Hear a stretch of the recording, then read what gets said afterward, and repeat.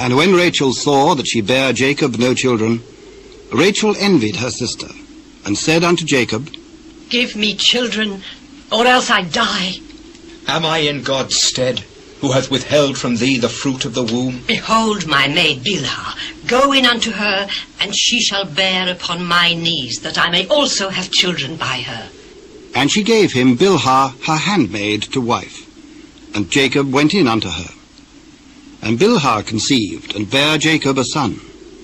And Rachel said, God hath judged me, and hath also heard my voice, and hath given me a son. Therefore called she his name Dan. And Bilhah, Rachel's maid, conceived again, and bare Jacob a second son. And Rachel said, With great wrestlings have I wrestled with my sister, and I have prevailed. And she called his name Naphtali. When Leah saw that she had left bearing, she took Zilpah her maid, and gave her Jacob to wife. And Zilpah, Leah's maid, bare Jacob a son.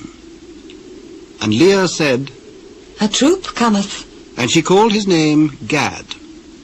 And Zilpah, Leah's maid, bare Jacob a second son. And Leah said, Happy am I, for the daughters will call me blessed. And she called his name Asher. And Reuben went in the days of wheat harvest, and found mandrakes in the field, and brought them unto his mother Leah. Then Rachel said to Leah, Give me, I pray thee, of thy son's mandrakes. Is it a small matter that thou hast taken my husband? And wouldst thou take away my son's mandrakes also? Therefore he shall lie with thee tonight for thy son's mandrakes. And Jacob came out of the field in the evening, and Leah went out to meet him, and said, Thou must come in unto me, for surely I have hired thee with my son's mandrakes. And he lay with her that night. And God hearkened unto Leah, and she conceived, and bare Jacob the fifth son. And Leah said, God hath given me my hire, because I have given my maiden to my husband. And she called his name Issachar. And Leah conceived again, and bare Jacob the sixth son. And Leah said, God hath endued me with a good dowry. Now will my husband dwell with me, because I have borne him 6 sons. And she called his name Zebulun. And afterward she bare a daughter, and called her name Dinah. And God remembered Rachel, and God hearkened to her, and opened her womb. And she conceived, and bare a son, and said, God hath taken away my reproach.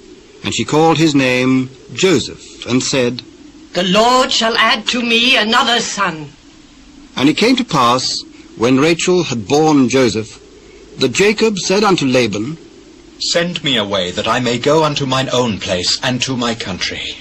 Give me my wives and my children, for whom I have served thee, and let me go. For thou knowest my service which I have done thee. I pray thee, if I have found favour in thine eyes, tarry. For I have learned by experience that the Lord hath blessed me for thy sake. Appoint me thy wages, and I will give it. Thou knowest how I have served thee, and how thy cattle was with me. For it was little which thou hadst before I came, and it is now increased unto a multitude. And the Lord hath blessed thee since my coming. And now when shall I provide for mine own house also? What shall I give thee? Thou shalt not give me anything. If thou wilt do this thing for me, I will again feed and keep thy flock. I will pass through all thy flock today, removing from thence all the speckled and spotted cattle, and all the brown cattle among the sheep, and the spotted and speckled among the goats, and of such shall be my hire. So shall my righteousness answer for me in time to come, when it shall come for my hire before thy face.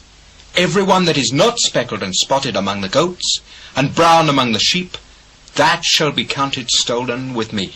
Behold, I would it might be according to thy word. And he removed that day the he-goats that were ring-straked and spotted, and all the she-goats that were speckled and spotted, and every one that had some white in it, and all the brown among the sheep, and gave them into the hand of his sons. And he set 3 days' journey betwixt himself and Jacob fed the rest of Laban's flocks. And Jacob took him rods of green poplar, and of the hazel and chestnut tree, and pilled white strakes in them, and made the white appear which was in the rods. And he set the rods which he had pilled before the flocks in the gutters in the watering troughs, when the flocks came to drink, that they should conceive when they came to drink. And the flocks conceived before the rods, and brought forth cattle ring-straked, speckled, and spotted. And Jacob did separate the lambs, and set the faces of the flocks towards the ring-straked, and all the brown in the flock of Laban, and he put his own flocks by themselves, and put them not unto Laban's cattle.